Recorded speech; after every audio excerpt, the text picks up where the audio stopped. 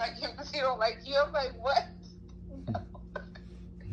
But he don't like me. After Sunday, I'm like, oh yeah, he don't like me. All right, I got it. So, yes, I mean, like you said, like you wanted to like him more after you learned his lifestyle, right? Well, I met him on the dating app, so it's like giving you all the stats, like the age, career. Okay, What like what was he? What was going on? What he had going on? well, he was.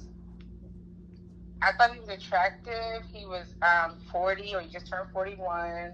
So that's like a good age for me, but he's very mature. Come to find out, like he's an engineer. He just built his home in Upper Marlboro. He has like a really nice car. He's a girl dad. He has a 19-year-old daughter that's in college. And then he seemed to be a very good guy with like a decent head on his shoulders. But now I'm just so unimpressed.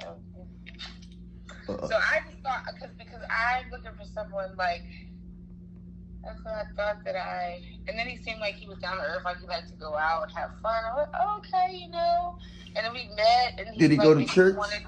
Y'all ever talk about God? Well, he knows that I'm very spiritual, and I mean, we didn't really talk about God. I mean, he has like a Bible spirit, but I mean, the way he moves, I don't really want to speak on people's relationship with God. I can't really say. But I would say that we haven't had any particular conversation about it, other than that he knows that like every Sunday, which I haven't been going in the last month, I typically do Bible study with my dad. Yeah. So he knows what page I'm on. And he would say things that were like misleading, like, oh, I do want to have another baby, and like, oh, my daughter wants me to be married, and just throwing little shit out there. But men know what the fuck they're doing. I don't know. But I'm going to be vigilant. And I also have to understand that, like, I've only been single for like 2-3 years, so it's like I'm very rusty. And I've been very blessed, not blessed, but I've been like in a position where I haven't had to like deal with like not being able to be vulnerable. My best friend was like, "Oh, you're too vulnerable." I definitely was that way with. Well, you ain't vulnerable if you running away from guys that like you, right? Or sweating you, because they might like you. They might be having you better intentions than somebody that's nonchalant. Because if you nonchalant, you out of mind. I mean, like. Shit that I'm nonchalant about, I'm like, it ain't in my head. It's not heavy on my mind. Right. So you ain't on my motherfucking mind. So it's easy for me to be nonchalant if you ain't got no weight in my mind. So you don't mean nothing to me. So of course it would be, you know what I mean? So, but if I'm sweating you, that means I'm focusing and concentrating on you, giving you attention. I think highly of you, or I see something, I think something special in you.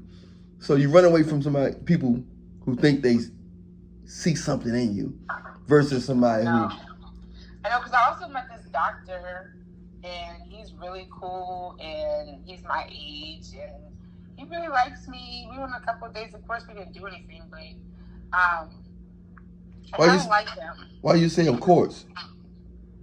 Because, like, I told you what happened to March and then this most recent, so... So I don't know. So when did you see the doctor? So I was dating him. Well, we went on like 3 dates. From, I guess, when were we dating? We were dating over the summer. So like maybe around the time, like right before I actually met the guy that I actually did do something with in person, and like after, in between that, we were still dating, but I decided I didn't like him, and I stopped, like, really. I mean, we still talk, but I stopped, like, because he's, like, really good guy, but he's, like, he's not conservative.